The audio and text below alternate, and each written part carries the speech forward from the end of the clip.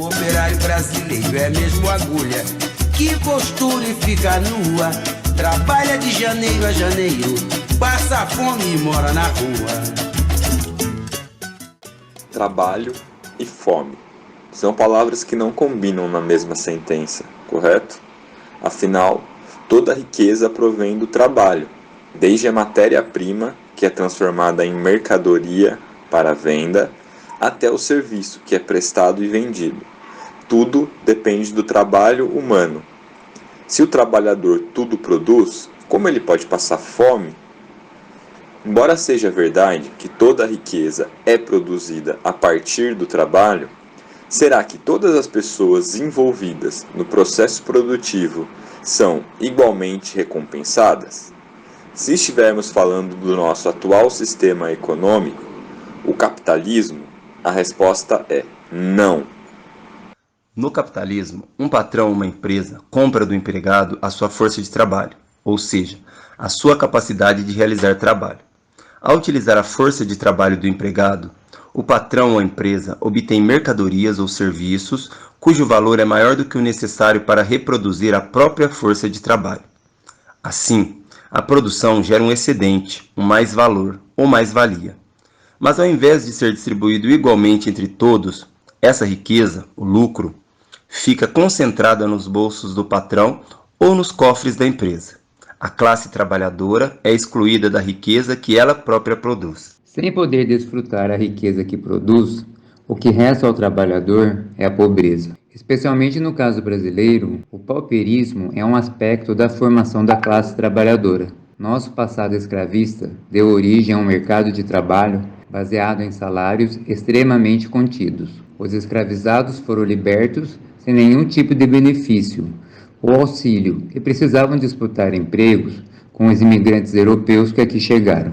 Existiam muito mais trabalhadores do que vagas disponíveis, e o resultado disso era ter que aceitar trabalhar por qualquer preço ou morrer de fome. Além disso, a pobreza e, por extensão, a fome não estão apenas relacionadas à renda ou ao salário. Passa algum tipo de fome todo aquele que não tem acesso a 1. Alimentos e água. 2. Comunicação e informação. 3. Educação. 4. Moradia.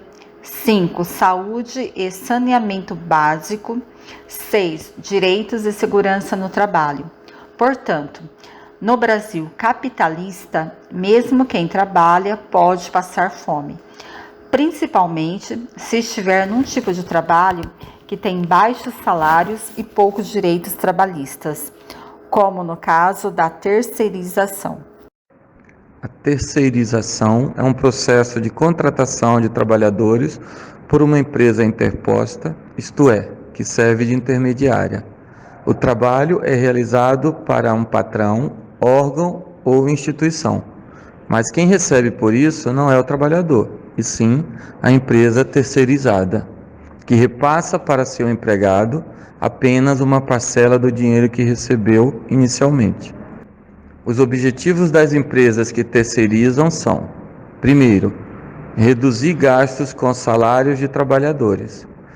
Segundo, se livrar de conflitos e riscos comuns no mundo do trabalho, como greves, reivindicações, lutas sindicais, processos trabalhistas e acidentes no trabalho.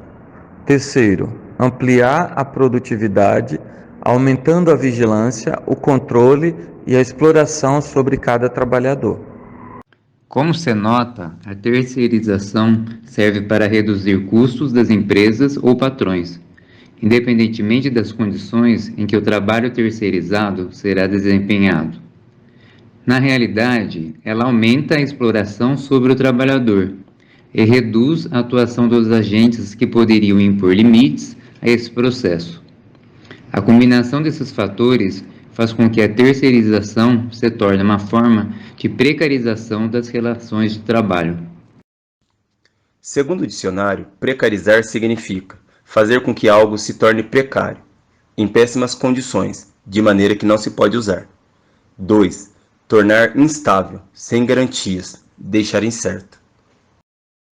No mundo do trabalho, Precarizar significa tirar os direitos, conquistas e proteção do empregado. Os trabalhadores terceirizados recebem menos salários e benefícios, têm jornadas mais extensas, possuem poucas garantias sobre os seus direitos e estão sujeitos ao aumento da intensidade do trabalho e dos riscos à saúde.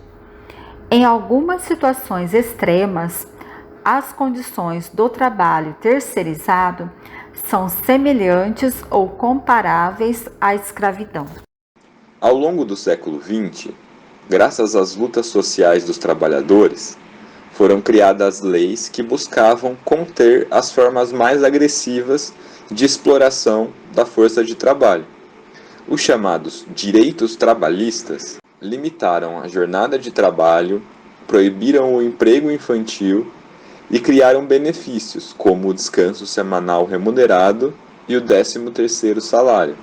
Além disso, permitiram formas de defesa dos interesses dos trabalhadores, como a organização de greves e a formação de sindicatos. A terceirização e sua irmã gêmea, a precarização, ameaçam destruir todas essas conquistas.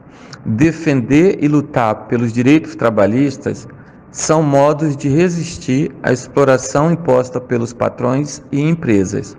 Só acabaremos definitivamente com a fome e com a pobreza quando garantirmos que os trabalhadores, como parte mais importante no processo produtivo, tenham acesso à riqueza e aos benefícios criados pelo trabalho humano. Dá pra esquentar a cama, atleta sem fama, sou bomba sem nome. Eu sou apenas mais um que não tenho nenhum, meu salário é de fome. O trem me pega em mesquita e em cada marmita a comida só míngua. Já não tenho pro café e só provo filé quando...